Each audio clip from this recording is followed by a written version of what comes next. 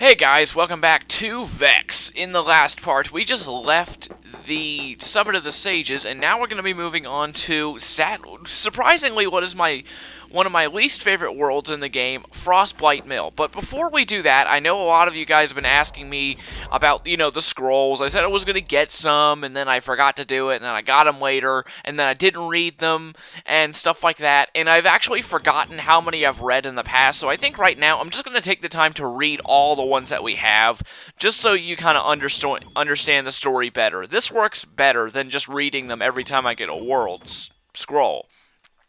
So anyway, gonna go back through some ones we've already read. Sorry about that, but oh well. This morning, Father gave me this journal. It's a gift to mark this special day, the day he was appointed guardian of Astara. Father has trained for years, so his wisdom and strength will nurture peace as we seek greater discoveries and understanding.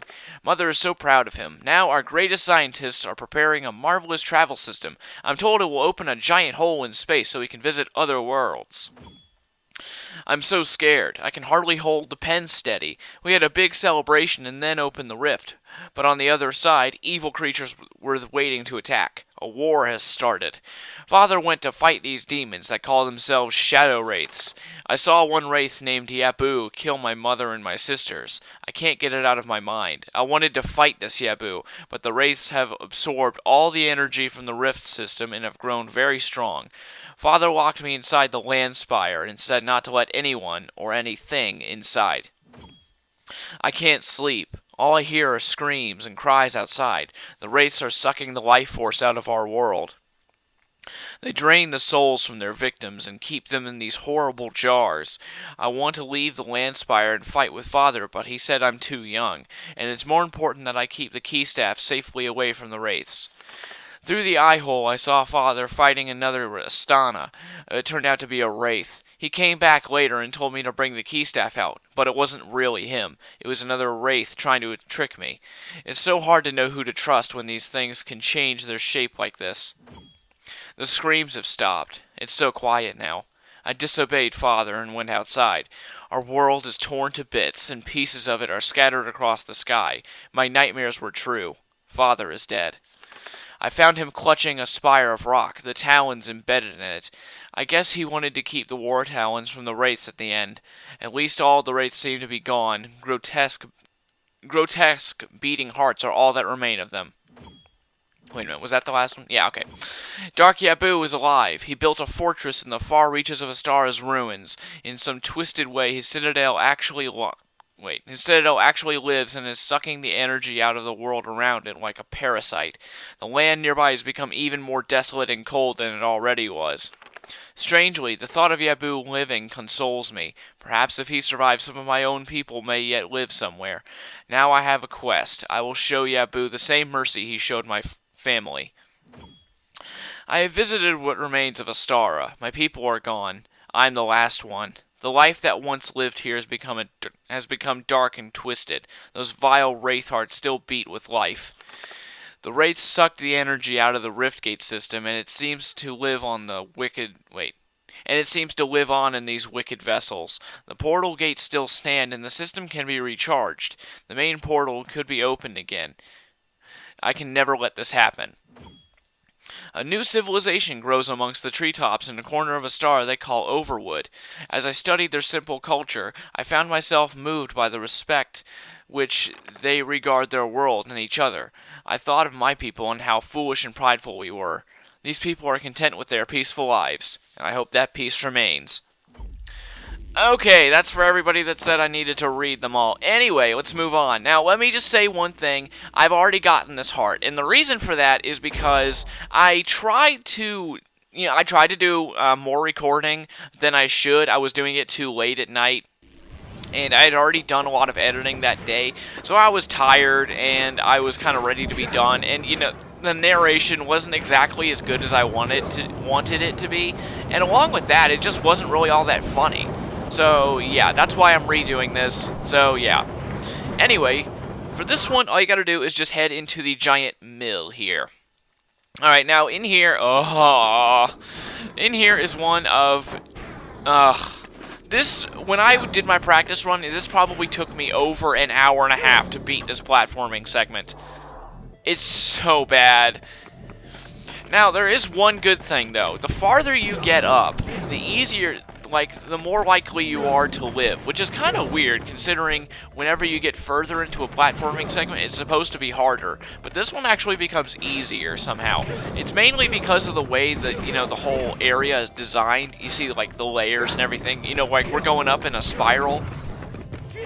So that's how I was usually able to survive. Like, if I ever fall from a high level, I always just end up, falling back onto a lower level. And so I never really end up dying all that much, which is pretty good. It just makes this kind of tedious and time-consuming if you do fall off. And anyway, you got those big, like, cow thingies in here that are gonna... okay. Jeez. I'm just trying to figure out where the heck I was been jumping. Those guys, they'll, like, knock you around, and they'll attack you and stuff like that. So just use a flare kick and just set them to flying all over the place, and they won't give you too much trouble. Anyway, as you go up, there are these switches that you have to press. You can't beat this segment unless you press every single switch, which is kind of pointless when you think about it. I mean, if you're going to be going... my question is just why they would include those at all. I mean, it seems a little bit pointless. Why not just put all the platforms there to begin with and just save us a little bit of time? But no, they gotta put them there to be random and stuff, so yeah. Anyway, these are like these horns. They'll like blow out air that will, if you run into the air, it'll like blow you against the side of the whole area. And that can get you killed very easily, so just watch out. These things are probably the most dangerous thing in here. Because if you're falling in between a platform, you can fall down to a lower level. But if you get hit by those, you're going to get pushed against the wall, and you'll probably just fall all the way down. So yeah, just watch out for that. I've actually survived it just once, though. It's like it blew me into a hole in the wall, and I was able to jump back onto a platform. Granted, I did land on the very last level. So, whoa! What the crap? What happened? What happened? Okay. I think I ended up doing a long jump instead of a pulse jump, so yeah, that was kind of weird. If you're really good, if you're very quick and very daring, you can probably make it past all three of the horns on both sides on one pause. Like, see if I can do it. Yeah, okay, see, that's how fast you need to be able to do it and when you need to start if you want to do that. Oh, stop with the ice. Thank you. Ugh. Okay. The ice is gonna be a big killer in here. Now that I'm noticing that, if you land on the ice, just be sure that if you're gonna run anywhere, try to just be very careful before you do anything with ice. So yeah. Anyway, let's see. Now I know. Aha! Here we go. Another switch. Hope I can do this all in one video. That'd be very nice. Because I did take quite a while to read all those scrolls. I had to read 7 points of the backstory. Or parts, whatever. Anyway. Let's see if I can speed this up a little bit. Okay, kill you. Or just kick you. Alright, now. I'm gonna start getting reckless now. And I'm just gonna run, I think. And if I fall, then I guess that's kind of understandable, but still. Anyway, those bridges, they're nothing to worry about. You can just long jump over them, and it's not too much trouble. Alright, anyway. Okay, we're doing pretty good on time here. I still got like 2 or 3 minutes left, so that's not bad. Now, this part is probably pretty hard for most people, although I usually have no trouble with it at all. Basically, you just long jump right before they start moving back. And that's about it. It's really not that hard. But, anyway, just go past the platforms, get on this one. Okay, good. Get on this platform and just continue on up. Now, this is actually, this is probably where you're going to have most of your problems. At least that's what I think. This is just opinion here. This isn't even fact. I'm just going to guess that most people would rush here. And then, like, they're going to run up along that ice and then slip off or something. And then that would just really suck. But anyway, got through it with only 1 fail, so that's not that bad. You know, just long jumped off the platform. But anyway, yeah, we're getting a heart. I already got it. It always feels weird when you do that. When, you know, you get something you've already got. But this is what hearts look like when you've gotten... Oh, okay, come on. Ah, can I even get up there? Thank you. That's what hearts look like when you've already gotten them. They just look really invisible and there's no shine. So, yeah. And apparently there's no cutscene when you get them, okay? Well, that was kind of abrupt. And anyway, through reading the scrolls and doing the platforming segment, I have no time to do the next one. So I'm going to see you in the next part where we continue through the FrostBLIGHT mill. So I'll see you then.